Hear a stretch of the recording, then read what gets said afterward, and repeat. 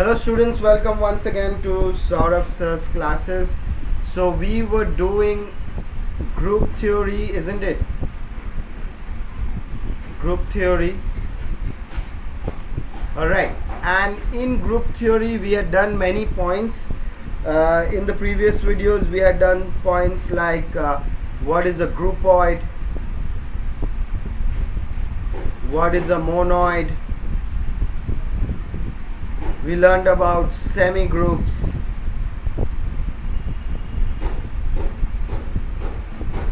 We learned about semi-groups and we learned about groups,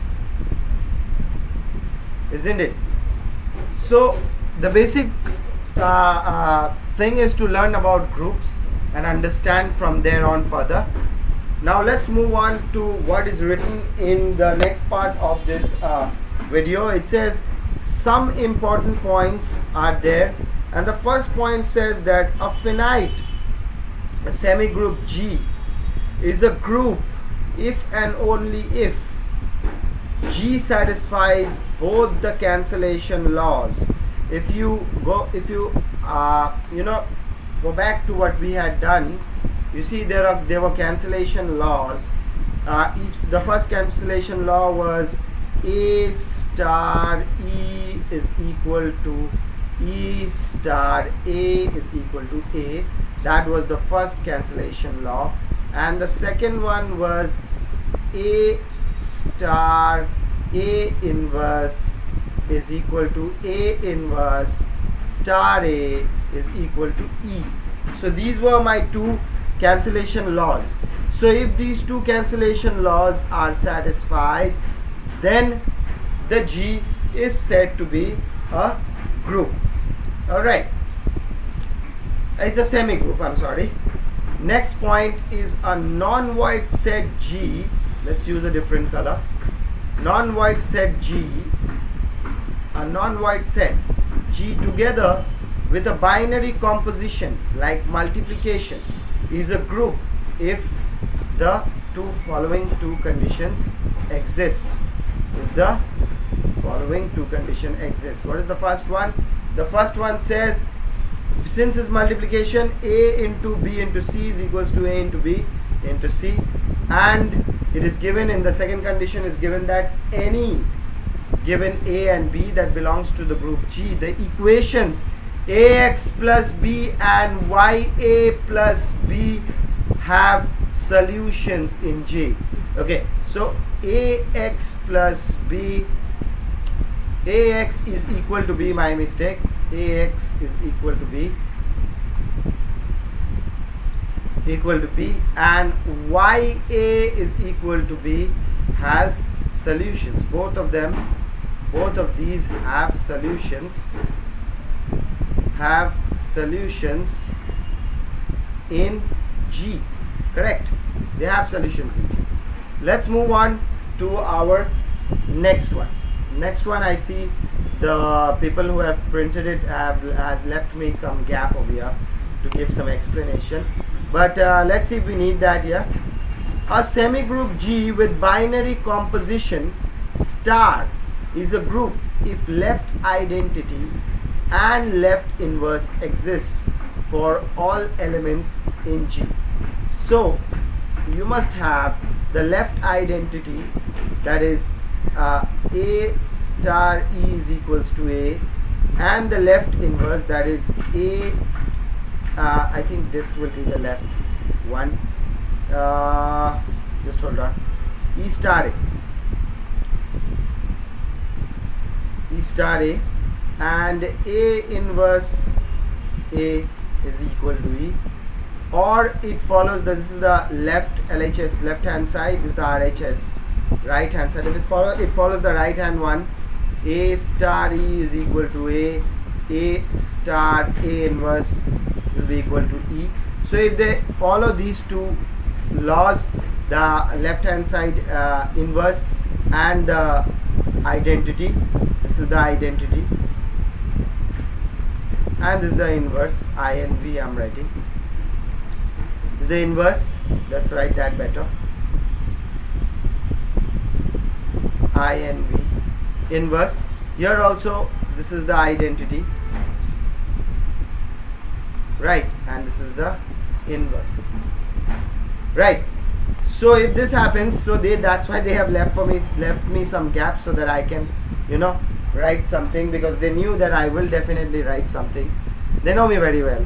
Okay, so anyways, similarly it says that if the right identity and the right inverse exist, then only we can say that a semi-group G with binary composition star is a group. Okay, but it is not a group only. Make sure you understand and highlight this very, very important point. It is not a group. It is not a group if they have missed something. So this is supposed to be if over here. Okay, if only left hand side, if only left identity and right inverse exists for all elements of G and vice versa. Okay, so it is not a group if only left identity and right inverse exists. If there is a combination of why did I do that? If there is a combination of, let's say, this left identity and right inverse, or right and identity and left inverse, if this two happens simultaneously, then it is not a group. Then the semi group is not a group. Understood? The semi group is not a group. Let's move on to our 7th point. Okay, the 7th point says different examples of group. Now they have given us different examples of group. You can see it on your screen. It says that, first one says that a set of rational numbers Q is a group under addition. So if you have a set of rational numbers, what are rational numbers?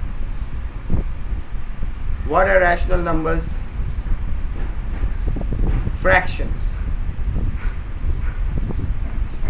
such that the denominator deno is not equal to 0. So if I have a fraction like, say, 2 by 3, okay, and if I do a multiplication, if I take 3 fractions, 2 by 3, 3 by 4 and 5 by 6. So if I have this as A, this as B, and this as C, so if I do A star B star C, it will be equals to A star B star C.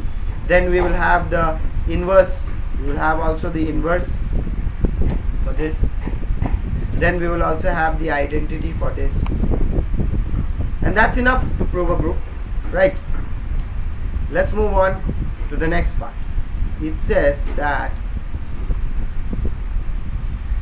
the set of integers Z is a group under addition, but not a group under multiplication. Not a group under multiplication. Why? Why is it not a group under multiplication? Can you tell me?